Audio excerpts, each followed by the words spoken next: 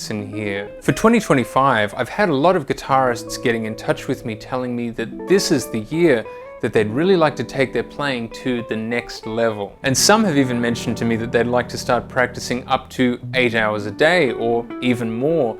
Now that's not something that you necessarily have to do, but we'll talk about that a little bit more in a moment. To help you on the path to developing your playing in this new year, I'd like to share with you something that has really helped me in terms of developing my own playing, and that is organizing your practice sessions into 6 sections. And those 6 sections are, firstly, a warm-up, secondly, voice leading, third, we have chord voicings, fourth, we have looking at transcriptions, fifth, we have practicing playing, and sixth, we have sight reading. And I'm going to go into a lot more depth in how you can really work on these 6 sections in a moment. But first, if you've been enjoying my channel, it would be fantastic if you could give this video a like so that we could push it out to as many people as possible, and consider subscribing so you don't miss any of my upcoming playing videos, lesson videos a bit like this one, and discussions about music. And if you'd really like to take your playing to the next level in 2025, make sure to join me at bensguitarclub.com, where you can learn with me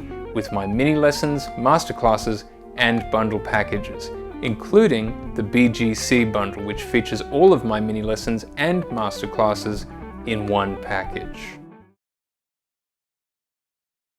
Before we get started, I was going to say a little bit more about practicing 8 hours a day. Now, for those of you who've watched my channel for a while, you'll know that I've talked about this in some detail in the past, particularly in this video up here. Now, while practicing 8 hours a day can be quite beneficial according to many people, and speaking from my own personal experience, it's something that really helped me, it's not something that I'm necessarily recommending to you. It's a very personal decision in terms of whether you can allocate that amount of time for a variety of reasons, whether you want to allocate that time, perhaps depending upon the type of music that you're trying to play, and a variety of other potential variables as well. So 8 hours a day is not a personal recommendation that I'm giving to you.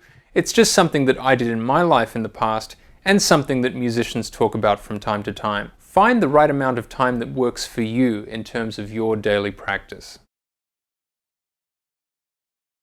The first section that we're going to look at today is, of course, the warm-up. And for me, warming up is by far the most important part of my musical day. I tend to use materials like scales and arpeggios as part of my warm-up because this, for me, is the perfect time of day to revise these essential materials. And they're the types of materials that I discuss in How to Practice Volumes 1 and 2 at bensguitarclub.com. To give you an example of the type of warm-up that I like to begin with, I often start with triads played throughout all 12 keys, and also played very slowly, often quarter notes at a tempo of 90 BPM. And if I were to take a G major triad played at 90 BPM, it might just sound a little bit like this.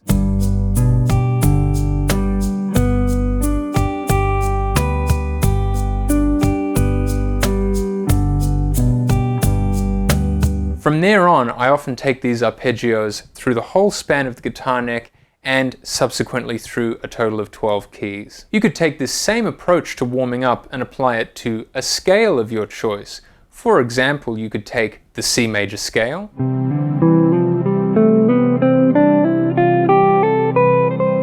played very slowly of course, and then cycle that scale through a total of 12 keys, maybe in fourths, which would make your next major scale the F major scale.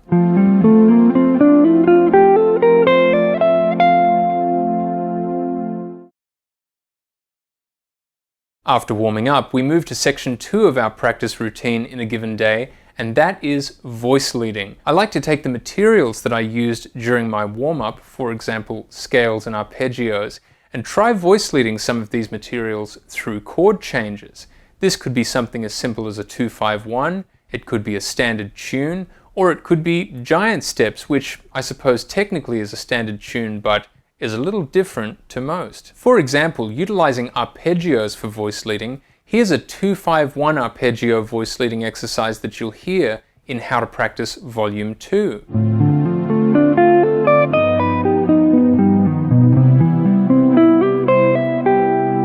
I would happily sit and voice lead arpeggios all day if I had the time, and you can take a very similar type of approach with scales.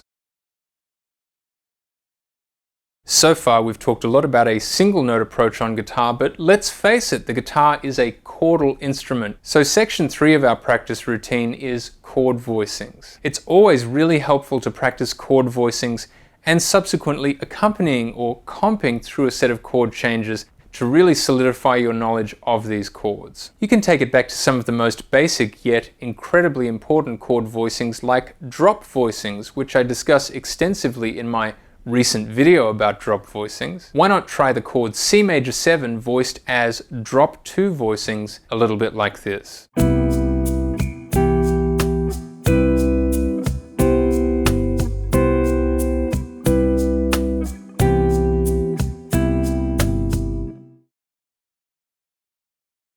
Section 4 of our practice routine is transcription.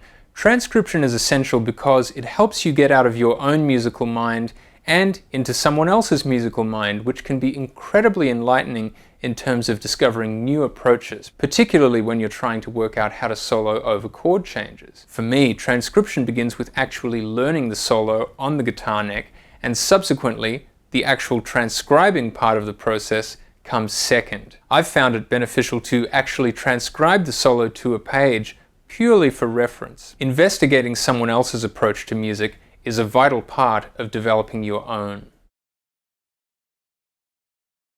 Section 5 of our practice is practicing playing. And while some may disagree with me on this, I think that after all of this focused practice of very specific topics and techniques and concepts, it's really important to play, even if it is in a controlled practice environment. Practice putting all of these materials together in some type of cohesive improvised solo, utilizing everything we've looked at: arpeggios, scales, voice leading of arpeggios and scales, chords, maybe even some language you've borrowed from someone else that you found in a transcription. You could try it all out over just one chord, a bit like this.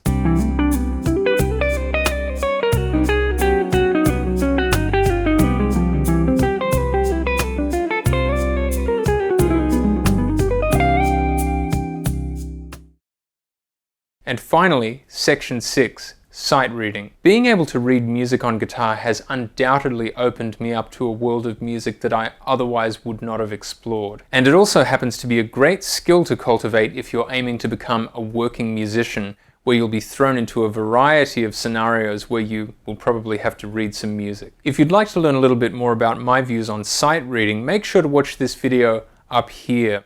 But in short, with a variety of classical music scores and also reading lead sheets and other material that has a lot of rhythmic variation, you can really develop your sight reading on the instrument. And that's it, 6 sections of practice that I've found to be very useful. I still adhere to these 6 sections of practice each day in my own personal practice. I don't necessarily have time to practice 8 hours a day anymore in my life, though I did many years ago. But it doesn't matter if you only have 30 minutes or an hour to practice in a given day. You can formulate your own practice routine that encompasses all of these sections in one way or another. Or perhaps you want to focus on just 1 or 2 of these sections. There are many different ways to approach this, and you've just got to find the one that works best for you. Let me know what you think. Which section or sections of practice that I discussed today are most important to you? Drop a comment, let me know, and I wish you all the best with your music making and guitar playing in 2025. I'll see you next time.